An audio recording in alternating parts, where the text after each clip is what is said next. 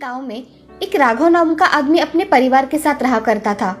राघव के परिवार में उसकी पत्नी सुमति, बेटा अशोक और बेटी सुधा रहा करती थी। राघव हर दिन खेत में काम करके अपना गुजारा किया करता था। अशोक भी अब बड़ा हो रहा था। अशोक का कॉलेज पूरा हो जाने के बाद अशोक नौकरी की तलाश में इधर उधर घूम रहा था, मगर उसे नौकरी नहीं मिल रही थी। इसलिए एक दिन राघव अशोक से, बेटे, जब तक तुम्हें कोई नौकरी नहीं मिल जाती तब तक तुम मेरे साथ खेत में काम किया करो। ठीक है पिताजी, मैं आपके साथ काम करूंगा। चलो आज से ही मेरे साथ काम पर चलो। ऐसा कहकर राघव अपने बेटे अशोक के साथ चला जाता है। अब अशोक भी उसके साथ काम किया करता था। अशोक अपने पिताजी से कहता है, पिताजी, मैं सोच रहा हूँ कि अगर हमने हमारी खेती के साथ 2 भैंसें पाल ली तो हमारा फायदा ही होगा। अशोक, तुम सही कह रहे हो, मगर जब तुम्हें जॉब लग जाएगी तब इन भैंसों का कौन करेगा? पिताजी, वो देखा जाएगा। फिलहाल हम भैंसे ले लेते हैं। ठीक है बेटे। राघव अब 2 भैंसे खरीद कर लाता है और भैंसे खरीदने के बाद उन्हें घर जाकर उनकी अच्छी तरह से देखभाल करता है। उसकी 2 भैंसे बहुत दूध दिया करती थी। वो दूध राघव बाजार जाकर बेचा करता था। कभी कभी सुमति दूध का छाछ भी बनाया करती थी। वो छाछ इतना स्वादिष्ट बनता था कि उनके घर के सभी बड़े स्वाद से पिया करते थे। एक दिन उसकी माँ सुमति की तबीयत अचानक खराब हो गई। उन्हें डॉक्टर के पास लेकर गए तो डॉक्टर ने बताया कि जी, उन्हें माइल्ड हार्ट अटैक आया है और उनका हमें जल्द से जल्द ऑपरेशन करना पड़ेगा, नहीं तो उनकी जान को खतरा भी हो सकता है। नहीं डॉक्टर साहब, उसके इलाज में कोई कमी नहीं रहनी चाहिए। कितना खर्चा आएगा लगभग ऑपरेशन को? खर्चा तो बहुत आएगा, लगभग 5 लाख तक। ऐसा कहकर डॉक्टर वहां से चले जाते हैं। उनके पास उतने रुपए ना होने के कारण वो सोच में डूब गए और पैसे कहाँ से लाए इसके बारे में सोचने लगे। तभी अशोक राघव से, पिताजी, हमारे पास कितने पैसे हैं? सब कुल मिलाकर 1 लाख ही होंगे। बाकी के पैसे कैसे आएंगे अशोक? पिताजी, हम हमारी जमीन बेचकर माँ का ऑपरेशन करवा सकते हैं। वैसे भी इतने पैसे कहाँ हैं हमारे पास? हमें कुछ ना कुछ तो करना ही होगा। भैंसे बेचकर कुछ नहीं होगा। हाँ, तुम सही कह रहे हो। मैं अभी सरपंच जी के पास जाकर देखता हूँ। कुछ पैसे अगर उधारी मिल जाते हैं तो अच्छा ही होगा। हाँ पिताजी। ऐसा कहकर राघव सरपंच जी के घर चला जाता है। राघव सरपंच जी से, नमस्ते सरपंच जी। नमस्ते राघव, आज यहाँ कैसे आना हुआ? सरपंच जी, मुझे पैसों की सख्त जरूरत है। अगर आपके यहाँ से मुझे कुछ मदद मिल जाती तो बहुत अच्छा होता। कितने रुपए चाहिए थे राघव तुम्हें? जी, मुझे 5 लाख रुपए चाहिए थे। मगर इतने पैसे मैं तुम्हें कैसे दे सकता हूँ राघव? तुम एक काम करो, तुम्हारी जमीन मेरे पास गिरवी रख दो और पैसे लेकर जाओ। राघव बड़ी दुविधा मनस्थिति में पड़ गया। उसने आगे पीछे ना सोचकर अपनी जमीन बेच डाली और सरपंच जी से पैसे लेकर अस्पताल में सुमति का ऑपरेशन करवाया। ऑपरेशन होने के बाद सुमति कुछ ही दिनों में स्वस्थ हो गई। उसे स्वस्थ देख सभी खुश थे, मगर अब अशोक और राघव दिन भर सोच में डूबे रहते थे। उनकी खेती भी चली गई थी और कमाने का कोई जरिया अब उनके पास नहीं था। सिर्फ एक भैंसों का सहारा था। उनके भरोसे घर तो नहीं चल सकता था। एक दिन सुधा अशोक से, भैया, माँ कितना अच्छा छाछ बनाती है। हम अगर छाछ बनाकर बेचे तो हमें ज्यादा मुनाफा मिलेगा। हाँ, विचार तो तुम्हारा अच्छा है सुधा, मगर हमारे गांव में छाछ इतनी मात्रा में नहीं बेचा जाएगा। ये शहर में बेचा जाए तो मुनाफा होगा। हाँ भैया, हम ऐसा भी कर सकते हैं। हम शहर में जाकर दिन भर रेडी पर छाछ बेचेंगे। इससे हमें समझेगा कि लोगों को छाछ पसंद है या नहीं।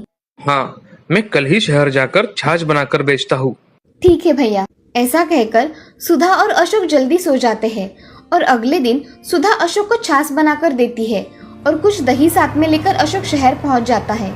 एक रेडी देखकर अशोक वो रेडी किराए पर लेता है और उस रेडी पर अपना लाया हुआ सामान रख देता है।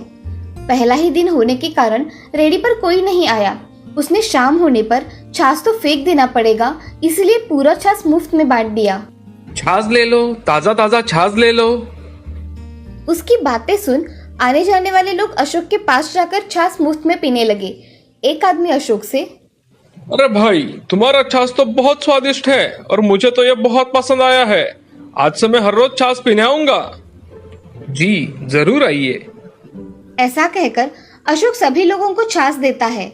कुछ ही देर में उसका सारा बनाया हुआ छाछ खत्म हो जाता है और अशोक घर चला जाता है।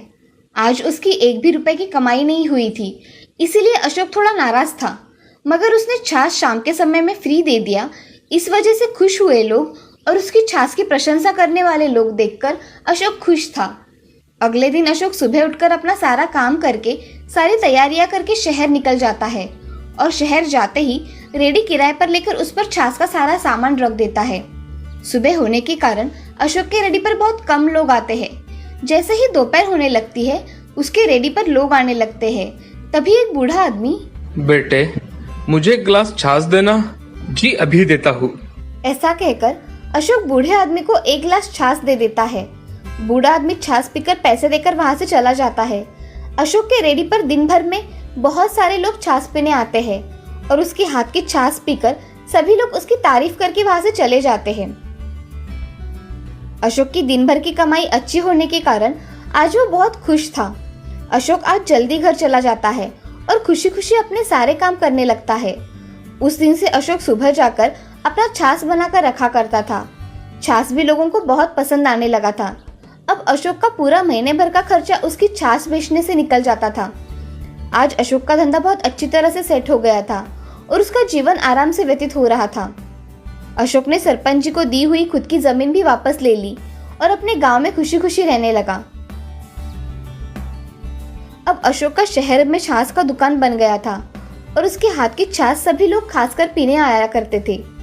अशोक ने घर के हालात देखकर छाछ का धंधा शुरू किया और आज उस छाछ के धंधे की वजह से वो एक कामयाब आदमी बन गया था।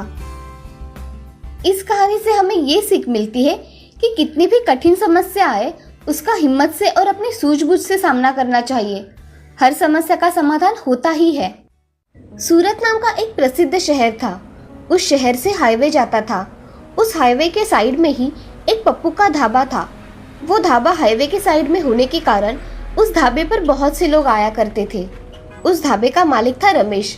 रमेश खुद के हाथों से पकवान बनाकर लोगों को खिलाया करता था। उसके हाथों में बहुत ही स्वाद था। उसी वजह से उसके ढाबे पर बहुत लोग आया करते थे। रमेश के ढाबे की स्पेशलिटी थी कि उसके ढाबे में नॉनवेज ही बना करता था। एक दिन 4 आदमी पप्पू के ढाबे पर आए। वो रमेश से, अरे रमेश भाई जरा तुम्हारे हाथ की चिकन करी लेकर आना।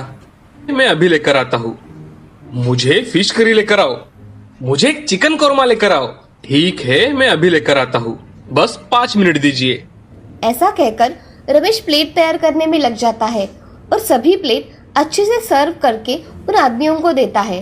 तभी पहला आदमी फिश करी खाकर देखता है और, अरे रमेश भाई तुम्हारे हाथ का फिश और नॉनवेज का कोई भी पदार्थ खाओ, बहुत स्वादिष्ट होते हैं। हाँ हाँ ये बात सच है, इसीलिए तो हम यही आते हैं। आपको मेरे हाथ का खाना पसंद आता है, ये मेरे लिए बहुत खुशी की बात है। ऐसा कहकर रमेश अपना काम करने चला जाता है। रमेश ढाबे में जो भी खाना बनाता वो सब बेचा जाता था। उसके ढाबे की खासियत नॉनवेज खाना ही थी, इसीलिए जाने आने वाले लोग उसके ढाबे पर खाने के लिए रुका करते थे।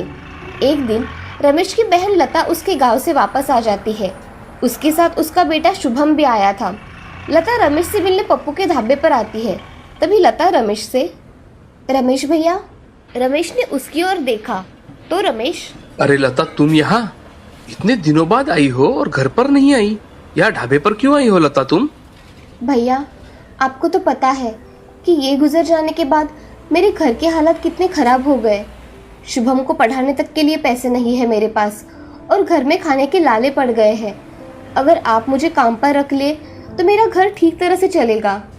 लता तुम मेरे घर पे रहो ना, तुम्हें किसने नहीं बोला है? नहीं भैया, मैं अब खुद कमाना चाहती हूँ जिससे शुभम को कोई कुछ ना कहे और उसकी पढ़ाई भी अच्छी तरह से हो पाए। ठीक है, तुम्हारी ऐसी ही इच्छा है तो यही सही, मगर यहाँ इस ढाबे पर कोई काम नहीं है। मैं आपके ढाबे पर झाड़ू पोछा करूंगी, आपकी खाना बनाने में मदद करूंगी और बाकी के काम जो भी बच जाएंगे वो कर लूंगी। रमेश थोड़ा मन में सोचता है और लता से, ठीक है, तुम साफ सफाई और ढाबे का कुछ और काम भी कर लेना, इसकी वजह से मैं तुम्हें तनख्वाह भी दे पाऊंगा। ठीक है भैया। लता वहां से शुभम को लेकर चली जाती है। अगले दिन शुभम के साथ लता ढाबे पर सुबह ही आ जाती है। वो ढाबे की झाड़ू मारकर साफ सफाई करती है और थोड़ी टेबल की भी साफ सफाई कर लेती है। तभी वहाँ रमेश आ जाता है और लता को चपाती बनाने के लिए कहता है। लता तुरंत ही चपाती बनाने का आटा गूंथती है और अच्छी तरह से चपाती बनाती है। वो चपाती बना ही रही थी, तभी वहाँ रंगा राघव आ जाते हैं। वो रमेश से, अरे ओ रमेश भाई, मुझे तुम्हारे हाथ की स्पेशल चिकन बिरयानी देना जरा। अभी लाता हूँ। और कुछ चाहिए आपको? मुझे एक मटन कबाब देना। जी अभी लाया। ऐसा कहकर रमेश ढाबे में जाकर उन्होंने दिए हुए डिश की ऑर्डर रेडी करता है और शुभम के हाथ में कुछ प्लेट भिजवाता है और बाकी के प्लेट्स खुद लेकर आता है। तभी रंगा बिरयानी खाकर रमेश से, रमेश भाई, बिरयानी तो बहुत अच्छी बनाई है। इसका स्वाद मुझे बहुत अच्छा लगता है। रमेश उसकी बात पर हंसता है और अपना काम करने चला जाता है। लता शुभम के साथ ढाबे का सब काम खत्म करके शाम के समय उसके भाई से, भैया मैं सोच रही हूँ कि मैं यहीं रह लूँगी। इससे मुझे रोज़ का आना जाना नहीं करना पड़ेगा और यहाँ कोई खतरा भी नहीं है। ठीक है, जैसा तुम्हें ठीक लगे। ऐसा कहकर रमेश घर चला जाता है। अगले दिन लता सुबह उठकर अपना काम करके ढाबे का काम कर रही थी। तभी एक मनोज नाम का आदमी ढाबे पर आकर, रमेश, रमेश कहाँ है? भैया अंदर है, मैं अभी उनको बुलाती हूँ। ऐसा कहकर लता रमेश को आवाज देती है। तभी रमेश बाहर आकर देखता है तो मनोज होता है। आओ ना मनोज, इतने सुबह सुबह कैसे आना हुआ? अरे रमेश भाई, मैं 2 दिन तक चिकन और मटन का सप्लाई नहीं कर पाऊंगा। शहर में किसी कारण कल से 2 दिन तक बंद है, इसलिए तुम मेरे भरोसे मत बैठना। यही बताने के लिए आया था मैं। मनोज, अब मैं 2 दिन तक लोगों को क्या दूंगा? मुझे तो मेरा ढाबा बंद ही रखना पड़ेगा। अरे रमेश भाई, तुम्हें पता हो इसलिए मैंने बताया। अब मैं चलता हूँ। ऐसा कहकर मनोज वहाँ से चला जाता है। तभी रमेश के पास लता आकर पूछती है, भैया क्या हुआ? वो आदमी क्या कह रहा था? वो आदमी कह रहा था कि 2 दिन तक नॉनवेज नहीं मिलेगा। शहर में बंद होने के कारण मुझे चिकन मटन कुछ भी नहीं मिलेगा और इस ढाबे में चिकन मटन के सिवा कुछ बनता ही नहीं। मुझे लगता है कि मैं 2 दिन तक ढाबा बंद ही रखूं। इसमें तो बहुत नुकसान होगा भैया। हाँ, मगर इसमें हम कर क्या सकते हैं? भैया मैं पनीर के पकवान बहुत अच्छी तरह से बनाती हूँ, तो हम 2 दिन तक पनीर के पकवान बनाकर बेचेंगे तो? लता, नॉनवेज खाने वाले लोग पनीर कहाँ खाएंगे? भैया वैसे भी ढाबा 2 दिन तक बंद ही रहने वाला है, तो इससे अच्छा मैं पनीर के पकवान बनाकर बेचूं। ठीक है, तुम इतना कह ही रही हो तो कल से 2 दिन तक तुम ही खाना पकाना। मैं बस यहाँ आऊंगा। ठीक है भैया। ऐसा कहकर रमेश घर चला जाता है। तभी दूसरे दिन सुबह लता उठकर पनीर के सारे पकवान बनाना शुरू कर देती है। पनीर बिरयानी, पनीर टिक्का, पनीर कीमा, पनीर करी, ऐसे बहुत सारे व्यंजन उसने बनाए थे। तभी थोड़ी ही देर में 2 आदमी ढाबे पर खाना खाने आए। तभी सुहास रमेश से, अरे रमेश भाई, मुझे 1 प्लेट चिकन बिरयानी दो जरा। आज ढाबे पर कोई भी नॉनवेज नहीं बना है, पनीर बिरयानी है। आप चाहे तो मैं लेकर आता हूँ। ठीक है, लेकर आओ, मगर तुम्हारे हाथ के नॉनवेज का स्वाद बहुत अलग है भाई। सुहास भाई, मैं परसों तुम्हें नॉनवेज जरूर खिलाऊंगा, मगर ये 2 दिन तुम पनीर खा सकते हो।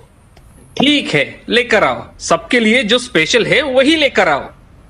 ऐसा कहकर रमेश वहां से चला जाता है और पनीर के ढेर सारे पकवान लेकर आता है। एक आदमी पनीर की बिरयानी खाकर देखता है। रमेश, अरे पनीर बिरयानी तो बहुत अच्छी बनाई है। ऐसा स्वाद तो मैंने आज तक नहीं देखा। बहुत स्वादिष्ट है। हाँ रमेश, खाना सच में बहुत स्वादिष्ट है। ऐसा कहकर सभी लोग पनीर के पकवान खाने लगे। ऐसे ही 2 दिन बीत गए। पनीर के पकवान अच्छी तरह से बिके थे। ये देख रमेश और लता खुश थे। उसके अगले दिन रमेश अपने ढाबे पर नॉनवेज बना रहा था। तभी एक राजेश नाम का आदमी आता है। वो रमेश से, मुझे पनीर बिरयानी और पनीर करी चाहिए। अरे भाई, आज नॉनवेज बनाया है, आपको उसमें से क्या लाऊं? एक बार बोल दिया ना, मुझे पनीर बिरयानी और पनीर करी ही चाहिए। ये सुन रमेश को गुस्सा आया और वो राजेश से, अरे उस दिन नॉनवेज नहीं था इसलिए पनीर बनाया था। यहाँ हर रोज पनीर नहीं मिलेगा, समझे? तुम्हें दूसरा खाना चाहिए तो बताओ। ऐसा कहते ही राजेश रमेश से, मुझे पनीर बिरयानी ही खानी थी। मुझे अब तुम्हारा ढाबे का कुछ नहीं खाना, समझे? ऐसा कहकर राजेश वहां से चला जाता है। ये सब देख रमेश बहुत गुस्से में आ जाता है। रमेश के मन में लता के बनाए हुए पकवानों से ईर्ष्या होने लगती है। एक दिन लता रमेश से, भैया शुभम को सुबह से खांसी और तेज बुखार है, मुझे इसे अस्पताल में लेकर जाना है। आप मुझे कुछ पैसे दे दोगे इसे अस्पताल लेकर जाने के लिए? तुम यहाँ 2 वक्त का खाना खाती हो और यहाँ रहती हो, वो क्या मुफ्त में आता है क्या? भैया मैंने आपसे 2 महीने में 1 रुपया भी नहीं मांगा और आप ऐसा कह रहे हो? यहाँ खाना छत ऐसे ही नहीं मिलता। तुम मेरी बहन हो इसलिए मैं चुपचाप हूँ, नहीं तो धक्के मारकर इस ढाबे से बाहर निकाल दिया होता, समझी? भैया आप कुछ ज्यादा ही कह रहे हो। मैंने तो सिर्फ आपसे कुछ पैसे मांगे हैं और आप मुझे इतना कह रहे हो। तुम अभी के अभी मेरे ढाबे से निकल जाओ, मुझे कोई जरूरत नहीं है तुम्हारी। ठीक है भैया, मैं जा रही हूँ। ऐसा कहकर लता शुभम को लेकर वहां से चली जाती है। लता बहुत रोती है मगर रमेश पे उसका कोई असर नहीं होता। लता गांव में चली जाती है। तभी एक संजय नाम का आदमी लता को ढूंढते हुए आता है। संजय लता से, जी आपका नाम लता भाभी है ना? आप राघव भैया की पत्नी हो ना? हाँ मैं ही लता हूँ, मगर आपको मैंने पहचाना नहीं।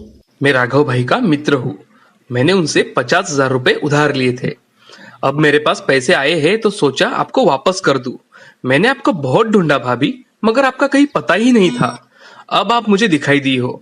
भाभी ये लीजिए आपके 50,000 रुपए। मुझे पैसों की सख्त जरूरत थी भाई साहब। भाभी आपको कोई भी जरूरत हो आप मुझे बेझिझक कह सकती हो। जी भाई साहब। ऐसा कहकर संजय वहां से चला जाता है। तभी लता उन्हीं में से कुछ पैसे लेकर शुभम का इलाज करवाती है और संजय को रमेश ने उसके प्रति किया हुआ व्यवहार बताती है। तभी संजय की मदद से लता एक होटल खोलती है। वो रमेश के ढाबे के सामने ही होता है। अब लता उसके होटल में पनीर के विविध पकवान बनाती है और बेचने के लिए रखती है। तभी बहुत से ग्राहक उसके होटल में खाना खाने के लिए आ जाते हैं। तभी ये देख रमेश बहुत गुस्सा हो जाता है। इस लता ने मेरे ढाबे के सामने ही होटल खोला और मेरे कस्टमर भी उसी के होटल में खाना खाने जाते हैं। ऐसा कहकर रमेश गुस्से से घर चला जाता है। लता बहुत मेहनत करके अपना होटल अच्छी तरह से चलाती है और लता को उसमें कामयाबी मिल जाती है।